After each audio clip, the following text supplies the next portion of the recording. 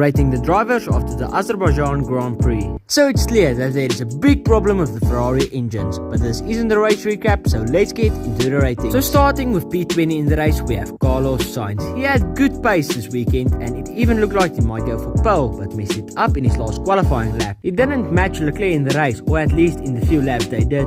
Carlos gets 3.5 stars. Going on to the other Ferrari driver, Charles Leclerc. He did good and it even looked like he might win the race, but he too had the engine failure. He gets 4.5 stars. Going on to P18, Zhou. He had much better pace than his experienced teammate Valtteri Bottas.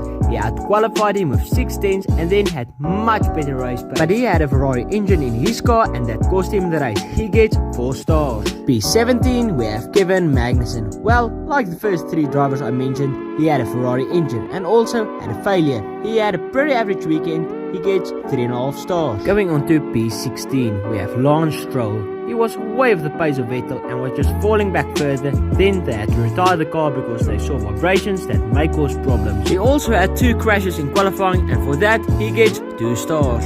In P15 we have Nicolas Latifi. He started with a penalty and got another one for a blue flag incident. He was pretty slow and gets 2 stars. P14 we have Mick Schumacher. Like I said in my previous videos, he needs to change things around. He was way off the pace of his teammates and gets 2 stars as well. In P13 we have Yuki Tsunoda. He had a good pace, but he had to make a pit stop to fix his DRS flap and lost a lot of time. He gets 3.5 stars. Let's go to P12. We have Alex Albon. He had a good race, almost in the points again. He gets 3.5 stars. P11 is Valtteri Bottas. He had a bad weekend compared to his other performances. He gets 2.5 stars. Going to the top 10. Now in 10th place we have Esteban Ocon. He had a decent race and decent pace. He gets 3 stars. Next we have Lando Norris. Compared to his teammate, this is also one of his worst weekends. He gets 3 stars. In P8 we have Daniel Ricciardo. This has to be one of his best weekends for the season yet. He gets 3.5 stars. In P7 Fernando Alonso. With his straight line speed, no one could pass him. He had a good pace. He gets 4 stars. P6, a big surprise.